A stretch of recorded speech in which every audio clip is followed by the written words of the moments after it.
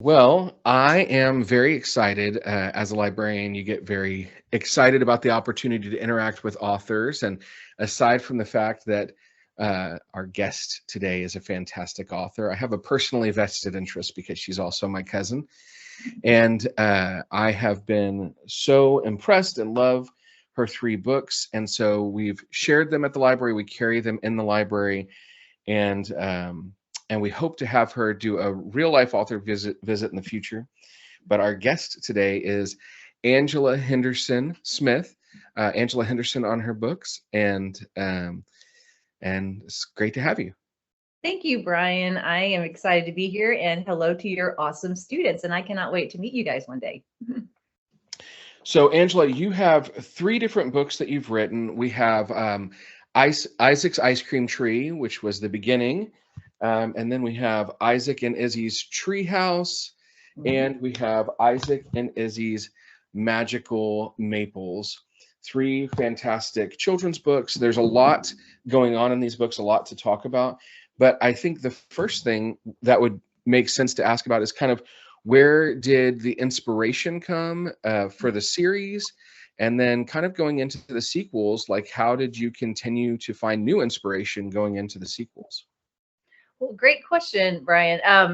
Honestly, I have three kids, and Christian, Victoria, and Andrew. And when Christian, he's now a senior, which is hard to believe, but when he was in kindergarten, actually, so he wanted to do a church talent show, but was petrified to get on stage. So, kids, speaking to you all, how many of you like getting in front of people and speaking or performing? Some of you do, but some of you are also, it makes you really nervous, especially when you're 5 or 6. So maybe to the 5th grade, 6th grade, you're okay with it, but maybe some of the younger ones, that's scary. So one of the things that I try to do with Christian is say, hey, well, the inspiration for Isaac's Ice Cream Tree, backing up one step, came when he would come home from kindergarten and he would sit and draw at the table. And one day he drew a tree, and he put an ice cream scoop on top. And I looked at that and I said, oh, wouldn't that be awesome if ice cream could grow on trees? You know, if they say money grows on trees, wouldn't it be great if ice cream could? And that correlated the same time that the talent show was coming up. So what we ended up doing, I said, hey, what if I wrote a story about that and you did all the art and we put it on a big board, and you could kind of hide behind the board, but come around and put the pieces on as we did it. And that is exactly what we did. And then we actually made, because we did it at the church and we did it at a library, we actually made just a little tiny simple book.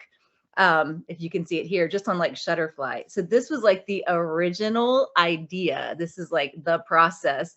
And this is Christian's tree that he drew. The only thing I drew was Isaac, and he did everything else. And you can kind of just see like the transformation when your kids actually look at the real book compared to how it started. I mean, it started super simple. It started with twice as many words, which a picture book should only have 500 to 750. So we had to do a lot of editing. But, you know, he would draw the strawberry and the tree and each and every single piece. And we made it into a book and changed some things along the way. And this kind of became our beginnings. This is actually where it started, right here, with him sitting at the kitchen table doing a lot of drawing. And now that transformed years later into the actual book. So that's one reason I dedicated the first one to him. So that's how it began. And at the church talent show, he was able to participate without having to be on stage performing. He could kind of come out, and we put Velcro on the back of the pieces and attached it to the big board. And that's what he did. And that's how it was birthed, really, the original idea. So That's awesome. And in the book, aside from, I mean, actually, let me address the 500 to 750 word thing. Where did you learn about some of those things? Like, you know, I think a lot of us like think, oh, I'd like to write something someday. But when we go to write, we're just like, okay, I'm going to put words down on a page. And sometimes that feels daunting and overwhelming. yeah. But like, where did you get some of that, like, support and development and training to know, okay, if this is going to be a picture book, these are some of the things I need to be thinking about and doing?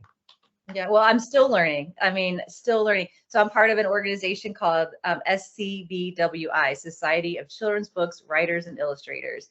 And I just go to a lot of conferences, workshops, online things. I'm a lifelong learner. So to you wonderful students, school never ends. Like, you get to explore what you're interested in at certain points.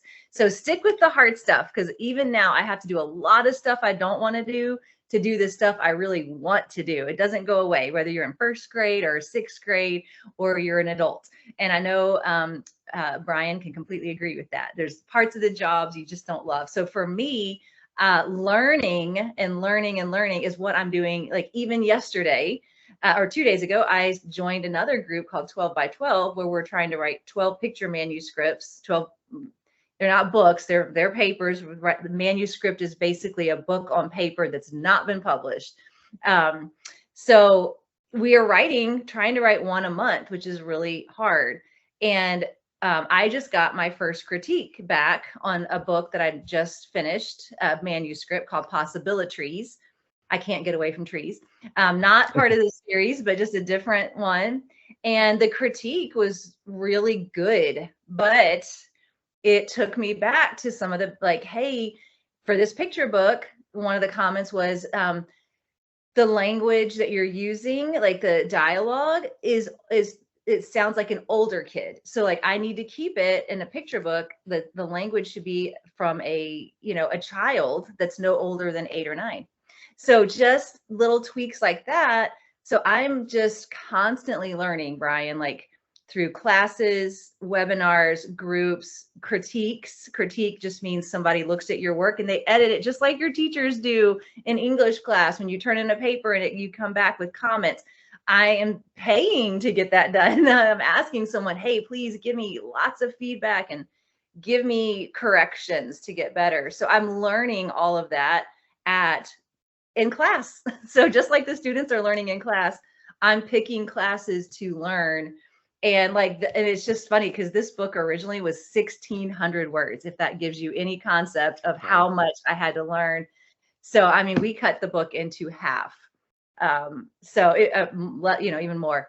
So, I mean, I am every day learning more. And the other thing, Brian, and you will love this as a librarian, the best way to learn is to read. And so if you can see my collection down here, I have all these picture books. And honestly, before I have a writing day, I pick up at least 5 and I read them and I look at the structure and I look at where the author turned the page. I look at how the flow went, what was the language they used, and I study them for the purpose of then writing well. So, yeah. So the best way to be a good writer is to be a good reader. Okay. Yesterday, sorry. Open to critiques. Kids don't love. I was an English teacher for 13 years. My students would get discouraged sometimes when I would mark all over their papers, and I'm like, don't get discouraged by this. Like, be excited. Like, yes, now I know what to fix. It is discouraging, even getting the critique back and being like, oh my word, I have so much to fix. And I've already worked so hard. I've done 15 drafts already before it even got into her hand. 15 times I've edited this on my own. So that's something that I tell students. Once you write it, don't get discouraged. That's just the beginning. It's a process. It's got a long way to go till the final product. So yesterday we were talking a little bit about poetry in the library. We've been discussing poetry, and we were using this book called Legacy by Nikki Grimes, where she takes poetry from the Harlem Renaissance, and then she uses this golden shovel technique to write her own poetry. And so then I made the kids kind of write their own golden shovel poem, and a lot of the kids were not super psyched about writing poetry. And I said, okay, how many of you guys, after you write, you read what you wrote and you feel like, oh, this is awful? And like 2/3 of them raised their hands that they felt like it was awful. And I said, even professional authors feel that way about their own writing a lot of times. They read their writing and they're like, oh, this is not good. And I gave the example of Stephen King, who literally threw his first novel in the trash and his wife fished it out of the trash, and then it got published. And has gone on to be like one of the best-selling authors of all time, So I bring that up because two things. One is I kind of wanted to talk a little bit, since you brought it up just now, about that feeling of discouragement and feeling, hypercritical of your own work. And then also just that sense of like that you've got to put in the work, you've got to put in the effort. An example I've used in my classes before is one of the most well-known comic book artists. He was actually in college to become a doctor, and he didn't want to do that. He wanted to be an artist. And so he would get up every morning and he would draw and draw and draw and draw and draw until his hand hurt. Mhm. And he ended up, becoming successful and becoming one of the most well-known comic book artists of all time. So can you speak a little bit to the work and then the feeling of discouragement sometimes and that? Yeah, I mean, I'm still in the process. Like I'm working really hard and realize it's a long road.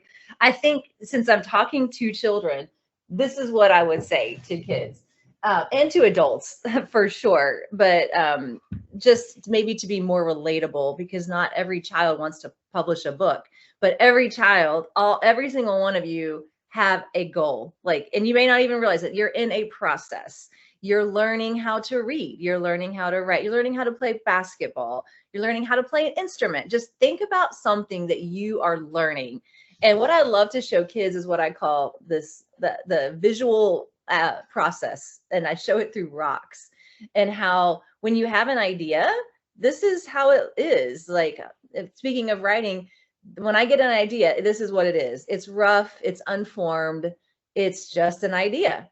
But then I start working on it and it becomes a little bit smoother, right? It's still rough around the edges, but it's getting better because I'm working on it. I'm writing and writing, I'm editing, I'm having other people read it.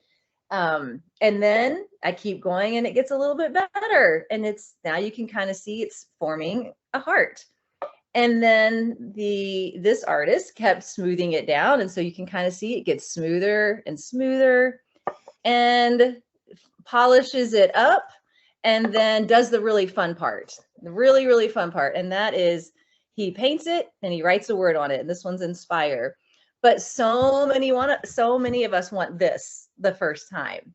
And that's not what I get the first time I sit and write. I don't get a beautiful, polished piece done. This is what I get. So it's the idea for kids and for adults too. It just doesn't go away. What does it take to get from here to here? And do you really want it enough to go from here to here? And there are days I don't want it enough to go from here to here, to be honest. There's days where I'm like, is this worth it? And that's okay to ask. It is, because I might move my goal to something else. But for kids, what I would encourage you all the way from first grade to sixth grade, is think about something you're doing right now. Let's take basketball. That first shot you made when you were little, it was probably pretty rough. You probably shot and didn't make very many. But if you do it every day and you keep practicing, you are going to get better and better and better. And that's what I would encourage, is that even people that are natural athletes or natural writers, they may have to work a little bit less at it per se. Like, it might come easier, but the work is still there. They say it takes 10,000 hours to be really good at something, to like say that you're an expert at something. Well, that's a lot. So Brian's probably read 10,000 hours. He's probably an expert reader right now. I don't think I've written 10,000 hours yet, maybe, since I started writing in like third grade, but it's just a lot of work. So to me, I keep this in mind and I try to remember that. And I do have to ask myself, like, okay, today I have to get up and I'm going to sit there and I'm going to work hard. And I don't know what's going to come of it. I just don't. But I am called to create. This is what I'm going to try to create and see what happens. So for kids, that's what I would encourage you, is don't give up on the process. If it's something you really want, keep working at it and see where it takes you. And I love that you talked about those critiques being helpful, like getting okay, this is what you can do to improve. But I also love that you're a part of a community where you have people that are encouraging and pushing you forward too. Like, hey, you've got this, you're great. I think that's one of the things, like when you talk about basketball, my son loves basketball. And if all he had was someone out there being like, no, your form's not right. No, you got to do this. that would be maybe a little bit discouraging, but he's also got people out there being like, man, you are doing great. Man, I see that improvement. Mhm. So you need a community of people around you to support you, and whatever your goal is, whether that be writing or whatever. Yes, yes, very much so. And that you are supporting others. Yeah. Like that's one reason, like I just took a leadership position in SCBWI, the group I just mentioned. And we just had our first meeting in my town. And so I sent out, I took on the leadership position. They sent the email, and I thought maybe 5 people might show up on that very first one. We had 15 writers and illustrators, right? People that write, people that do art show up, and every single one was at a different point. But I was able to encourage them. They were able to encourage me. And as kids, one of the things that you probably tell Jeremiah and that I tell my son Andrew on basketball is, hey, like it's a team. So you encourage somebody. When someone's at that foul shot line and they miss it, you go over and you say, you got it. When you watch basketball, whoever your team is, you see that they're always like supporting each other. So that is really important for kids on teams, whether it be a dance team, a sports team. I assume you have UIL teams, whatever that team is. So I don't want to spend too much time just on the process, although I have loved asking you these questions. I want to get back to the books a little bit. One of the things in this first book that I really loved when I was reading through it is not only is it this really fantastic, magical story about Isaac and the tree and the ice cream, of course, but there's a lot of learning going on in this book too, because you have like the colors of the rainbow throughout the series. You talk about the seasons a lot. You have a lot of development of the seasons. Kind of how intentional was that? Did you start and then you were like, oh, I'm kind of partway there and I'm going to go ahead and now be intentional to be all the way there? How did you get there? That's a great question, Brian. I think the teacher in me always is teaching, even though I don't mean to. So I do think that part of it was unintentional, yet is who I am. So truly, since it's a picture book, kids are learning the days of the week, the months of the seasons of the year, the colors of the rainbow. Water cycles come around, I think maybe 3rd or 4th grade in your teaks. And so I think just in my brain, did not set out to teach any of that whatsoever. Like I wasn't like, oh, hey, the teachers can use this to teach this. But afterwards, I'm like, hey, this is perfect. Like this aligns with the teaks really well. But truly, the goal in it was just to get lost in a fun story. And I love what C.S. Lewis says. Some of you, I hope, have read The Lion, the Witch, and the Wardrobe and his books. And I love when he says that he did not go out and research like, hey, what do kids need to know and what do they need to learn? He came up with the entire story by seeing a fawn carrying a parcel. And that's how he began The Lion, the Witch, and the Wardrobe. It wasn't an intentional, hey, this is what I want to teach. This is the message I want to get across when he first thought of the idea. I find the best stories are the ones where you just let them unfold and that you literally, I love what Madeleine L'Engle says, and she's the author of A Wrinkle in Time and her most famous book, but she says, you let the character take you on the journey versus you making the character do certain things. And that's just a different mindset. So I think once I created Isaac and the ice cream tree, I literally just sat and it just came to me over a period of time of what I wanted. And then I just sketched it and then edit, and till it is what it's today. But it wasn't an intentional, hey, I want kids to know these things, but it just was natural to do it. And then there's the repetition of, but it was ice cream. And so when you read the book, you notice, so by the 3rd day, probably Sunday, Monday, around Tuesday, you guys can join in the book and say, but it was ice cream. And so that's a really fun read when you're reading to students. So when I come and I get to read to you, it's fun because then you read it with me because you know what's coming. So that kind of just was a natural thing. It wasn't intentional to teach, but it pushed the story forward. And that's one of the things that I learn in classes in a picture book is anything you write has to push the story forward. It can't just be like, and then this happens and this happens. And where's it going? It has to move forward. So if that makes sense. Absolutely. Now, for the sake of time, I've only got like a couple of questions left, but I do hope again that we'll get together again and have like a longer interaction. But I want to ask about the connection with the illustrator. You have the same illustrator on all three books, Rachel Copendreyer.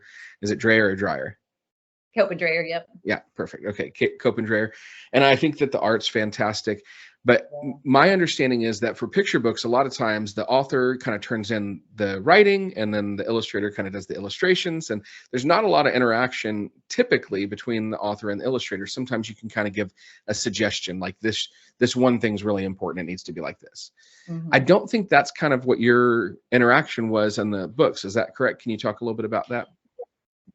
Yes, and that's something I learned at a conference too, that most of the time when you pick up a picture book, if the artist, illustrator, and author are two different people, most likely they have never met, never talked, and never interacted because the publisher picks each one and puts them together.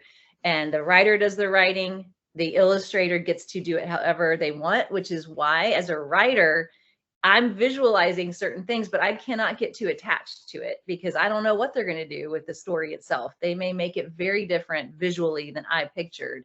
And so you can't get too attached. But with, in my situation, because my publisher allowed me to have a part in that. She said, hey, here's 5 illustrators that we've accepted as at our publishing house. Which one do you feel like fits the best? So I was able, and that's rare. I mean, very, very rare, but I'm with a smaller publisher. So I was able to pick. So once I picked Rachel, I did not tell her what to do except for a few art notes that were significant. But the interesting thing is she was really sweet because she went back, and I had some blog posts at the time, and I think I had posted some of this. So she actually looked at my ideas originally and did not, and so she had some ideas of what I was thinking and took that and went with it. Because when I got her pictures, I'm like, wow, this is what I visualized. And she was like, yeah, I kind of looked at what you had posted. So that was rare and sweet, but unusual. And then we've had a good relationship since, because the books became a series and I stuck with her. Then once that happens, the hardest thing is getting into a publishing house. That can take years and years. Then once you actually get in and they take the book you want, if it's a picture book, from the day they take it to the day it's on a bookshelf or in a store, it's about 2 years. So like if I come up with a great manuscript today and a publisher takes it, and that usually involves an agent, but that's a whole nother story. It'll be 2 years before I ever hold it in my hands. So it's a long process. My publisher was able to get each book out in 1 year, which is awesome. But that's a long time to wait. So with the illustrator, the reason it's a long time to wait is because they have to take all those words and draw all the pictures, and it takes a long time. So, and the really fun part, Brian, is to actually see her. She would send me like sketches, and just because I love process, I love Yeah. it and I hate it all at the same time, because sometimes it's so painful to wait and work. But just to see her sketch and then how she colored it and then how it became a page was really, really cool. To just the art process, not just the writing, was really neat to see. But it is rare, and I've never met her before. She lives in Minnesota. I don't know her like that, but we just talked recently. She just created this for me. And I put that on my newsletter. So if you go to my website and you sign up for my newsletter, this is what comes to your email. So then you can color and print it. So we're still creating things together. I don't know if we'll do another book together. It just depends. I just talked to my publisher yesterday about possibilities and said, hey, when I get it polished, can I send it? And we had some good talks. So that's kind of the relationship between writer, illustrator. Normally they don't know each other. Normally they don't even talk. It just depends. So.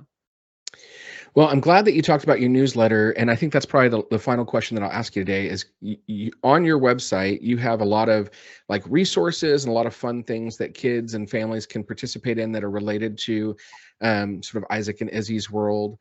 And can you just tell a little bit about what you have there? Yeah, I'd love for you guys to come to my website. So it has all 3 books. I know we've only talked about primarily Isaac's Ice Cream Tree because that's the first one, but the stories behind the other 2 are really cool also, and the inspiration behind it. And then just about what I do, one of the things that, I love doing are writing workshops. And this summer I'm going to be doing writing camps. And so all of that is going to be filtered through my website. So if a parent signs up for my website, signs up for my newsletter on my website, about every quarter I send an email and it tells what's coming up. So I'd love, and that's just a great way for me to keep connected with kids through their parents. And every time I put something on there that's a gift in that newsletter, and that comes directly to email. So encourage your parents to go to my website. It's easy to remember because it's just my name, angelahendersonsmith.com. And and then that is all on there. Then I'm very active. I know kids hopefully are not on social media, but if parents typically are on Instagram, and it's just my name again, author Angela Henderson-Smith.